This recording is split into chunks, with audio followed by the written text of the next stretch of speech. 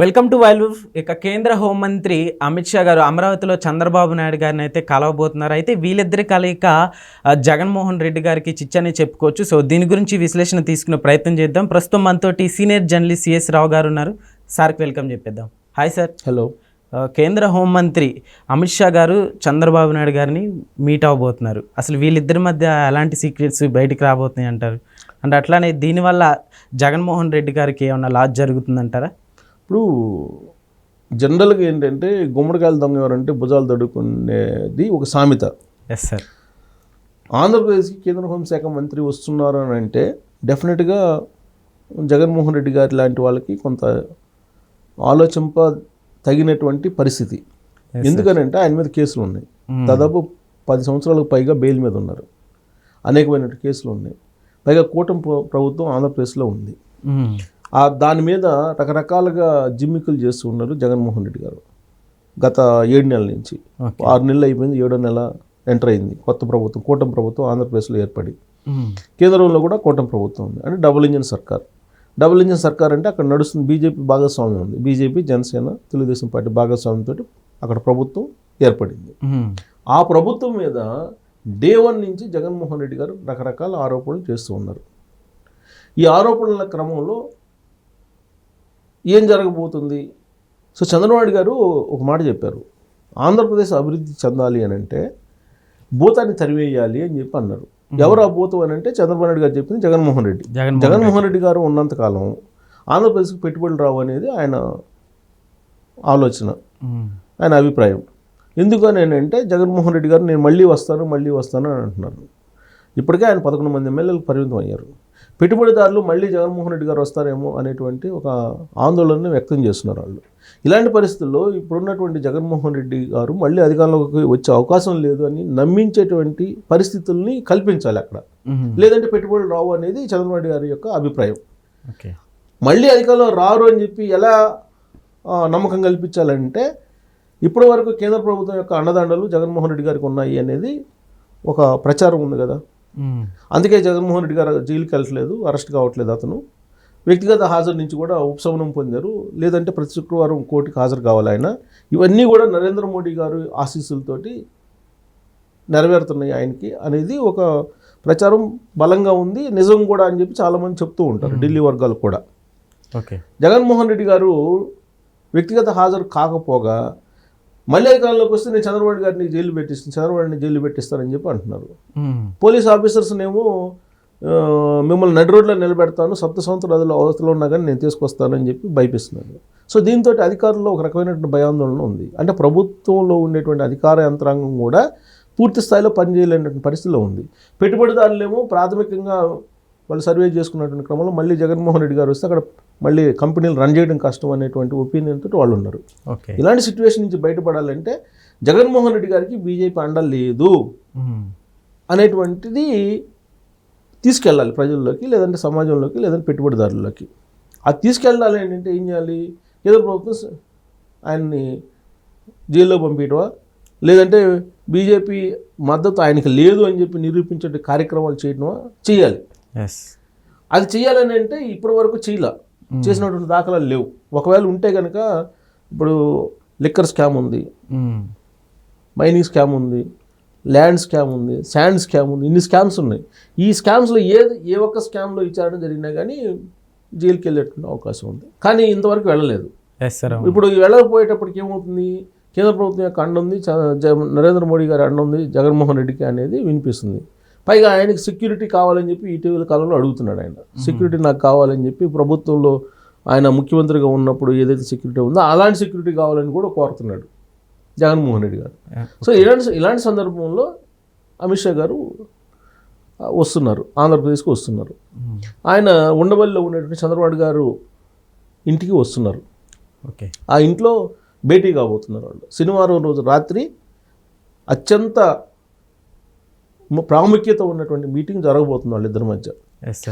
చంద్రబాబు నాయుడు గారితో పాటు deputy CM Pawan Kalyan గారు, అలాగే బీజేపీ సంబంధించిన కీలక లీడర్లు కూడా ఉంటారని చెప్పి తెలుస్తూ ఉంది. అయితే దాన్ని మనం డిన్నర్ కోణం నుంచి చూడకుండా దాన్ని ఏదో విందు రాజకీయం, లేదంటే విందు రాజకీయం అనొచ్చు. దాన్ని విందు ఆరగించడానికి వస్తున్నారు అమిత్ షా అని చెప్పి అనుకోవడానికి లేదు. Yes sir. అనకూడదు అనుకుంటే అది పొరపాటే, అమాయకత్వమే. అమిత్ షా లాంటి ఒక సీనియర్ పొలిటీషియన్ కేంద్ర హోంశాఖ మంత్రి వస్తున్నారంటే డెఫినెట్గా రాజకీయపరమైన ఒక టర్నింగ్ అయితే ఉండే మీటింగ్ అది అని చెప్పి మనం భావించాలి. Yes sir. ఆయన ఏదో అక్కడ పెట్టినటువంటి నాన్ వెజ్ లేదంటే ఇతరతర ఆహార పదార్థాలు తినడానికి కాదు వచ్చేది. డెఫినెట్గా చంద్రబాబు నాయుడు గారికి, పవన్ కళ్యాణ్ గారికి, అమిత్ షా గారికి మధ్య ఇంపార్టెంట్ మీటింగ్ జరిగేటువంటి అవకాశం ఉంది. ఆ ఇంపార్టెంట్ మీటింగ్ ఏదైతే ఉందో దాని పర్యవసానాలు ఆంధ్రప్రదేశ్ పరిపాలనని ఒక టర్నింగ్, ఒక మలుపు తిప్పబోతున్నాయని చెప్పి మనం అనుకోవడానికి అవకాశం ఉంది.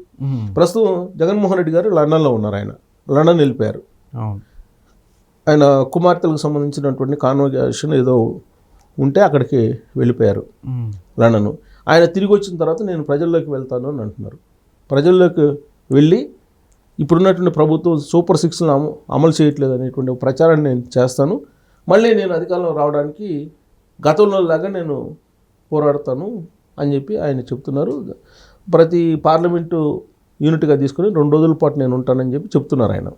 సరే, ప్రజల్లోకి వెళ్ళొచ్చు, ఏ నాయకుడైనా వెళ్ళొచ్చు, ఎవరైనా వెళ్ళొచ్చు, ఏ పౌరుడైనా ప్రజల్లోకి వెళ్ళొచ్చు. ప్రజాస్వామ్యం ఇచ్చినటువంటి ఒక హక్కు అది, దాన్ని ఎవరు కాదనలేరు. అయితే లేని విషయాలను ఉన్నట్టు చెప్పడం అనేది కొంత కన్ఫ్యూజన్ క్రియేట్ చేస్తుంది ఆంధ్రప్రదేశ్లో. అది అభివృద్ధికి ఆటంకం కలిగిస్తుంది. సరిగ్గా ఆ పాయింట్ దగ్గరే వీళ్ళు చర్చించుకునేటువంటి అవకాశం ఉంది. ఓకే, ఇప్పుడు ఆల్రెడీ 21 కేసులు పెండింగ్లో ఉన్నాయి. సిబిఐ కానీ ఈడీ కేసులు కానీ ఏదైతేనేమి పెండింగ్లో ఉన్నాయి. ఇప్పుడు ఆయన కేసులు రెగ్యులర్గా విచారించాలని చెప్పి సుప్రీంకోర్టు చెప్పింది. ఎప్పుడు 2 సంవత్సరాల క్రితం చెప్పింది. ఇప్పటి వరకు రెగ్యులర్గా విచారించడం లేదు. దానికి కూడా వెనక ఎవరున్నారంటే కేంద్ర ప్రభుత్వం ఉంది, నరేంద్ర మోడీ గారి అభయం ఉంది అని చెప్పి చెప్పుకుంటూ ఉంటారు చాలామంది.